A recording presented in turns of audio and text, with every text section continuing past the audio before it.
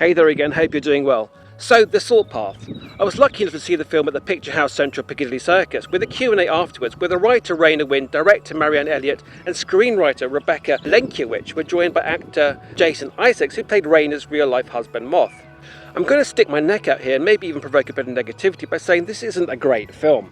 Now don't get me wrong, I anticipated getting a very solid, if not outstanding, IMDb rating around the 6.7 mark, but purely as a film, this isn't up there with a work of fiction like say The Shawshank Redemption, or even a film based on a true story like The Pursuit of Happiness. But if you stop listening to this review there, you'd miss a lot about this film and whether you should watch it.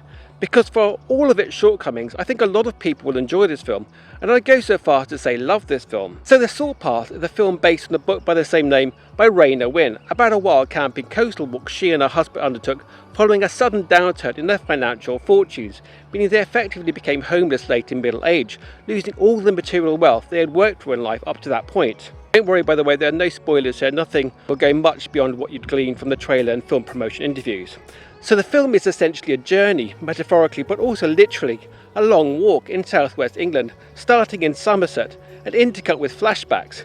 It's not a glamorous Hollywood Thelma and Louise style road trip in an open top car, but a rather more reserved and parochial, simple backpacking walk along the admittedly equally dramatic and beautiful scenery of the England coastline. In fact, with Moth, yes, that's Moth like in The Butterfly, the husband, he has an illness, so it's not even a straightforward walk, with him often clearly struggling, and his wife Raynor, the writer of the book the film is based on, literally physically supporting him. Now the character names are rather curious, but this is a true story, so they aren't made up. Moth is reminiscent of the moth that flies too close to the flame, and Winn is like Winner, which is ironic given the couple's change of fortunes, the nature of which is gradually revealed to us in flashbacks over the course of their journey. In the Q&A after the screening, reference was made to the film being a three-hander, with husband and wife of course, but nature's the third hand.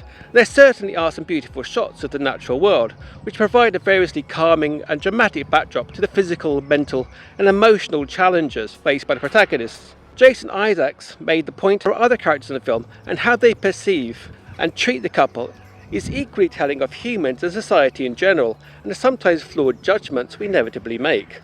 But I did like this film, I even loved it in parts. By that I don't mean a particular narrative sequence or particular cinematic elements of the medium. I didn't love it particularly for the story, which is engaging, though not moulded to conform to the traditional Aristotelian dramatic three-act or epic hero's journey form. Neither for the acting, which by Gillian and Jason especially is solid, believable and heartwarming, nor for the directing, which gives us the shots and performances needed to tell the story. Now director Marianne Elliott comes from a theatre background, and this is her first foray into film. In the Q&A she revealed she wanted her first film to have an older, strong female protagonist and be cinematic, playing to the medium's strength. In fact, she chose the screenwriter Rebecca Lenkiewicz for her ability to tell a story without words, and the cinematography effortlessly shifts from intimate close-ups of the couple to sweeping drone shots. The editing in turn intrigues and satisfies to keep us engaged, the music is moving, and the costume and makeup well executed. I've never seen Anderson look so convincingly haggard in scenes, and the bravery to show herself in that way remind me of the similarly exceptionally beautiful Nicole Kidman in Destroyer. But again, none of these aspects are why I love The Salt Path. So if not for story, acting, directing, cinematography, editing, music, costume or makeup, then what? Well, like Oppenheimer, which despite the awards and plaudits is a very flawed film, this is a story of the love and resilience of our protagonists, but equally their relationship with the natural world and its power to inspire and heal us. A magical and mystical power that is all the more astonishing by being around us and familiar to us every single day of our lives. The sense of the love between husband and wife is palpable, and the characters themselves are intriguing. We're left wondering what they did in their lives up to where we meet them. Jason Isaacs' character Moss is an affable polymath who can as easily turn his hand to a spot of DIY as literary analysis of epic poetry. Now the film never brought me to tears, even though the trailer almost did. It didn't fill me with inspiration for what humans are capable of in the face of adversity.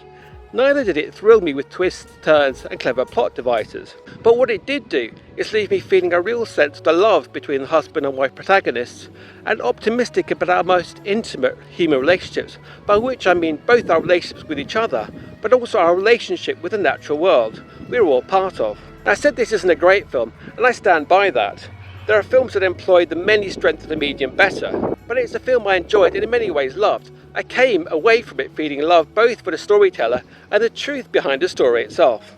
So Not a great film in a traditional sense, but a lovely film, and I wish it every success. But what did you think? I'll see you in the comments below. Subscribe if you're interested in my next video podcast based on the Q&A with the writer, director and screenwriter joined by Moth actor Jason Isaacs. But for now, as always, thanks to my subscribers and for watching, and I'll see you next time. Bye for now.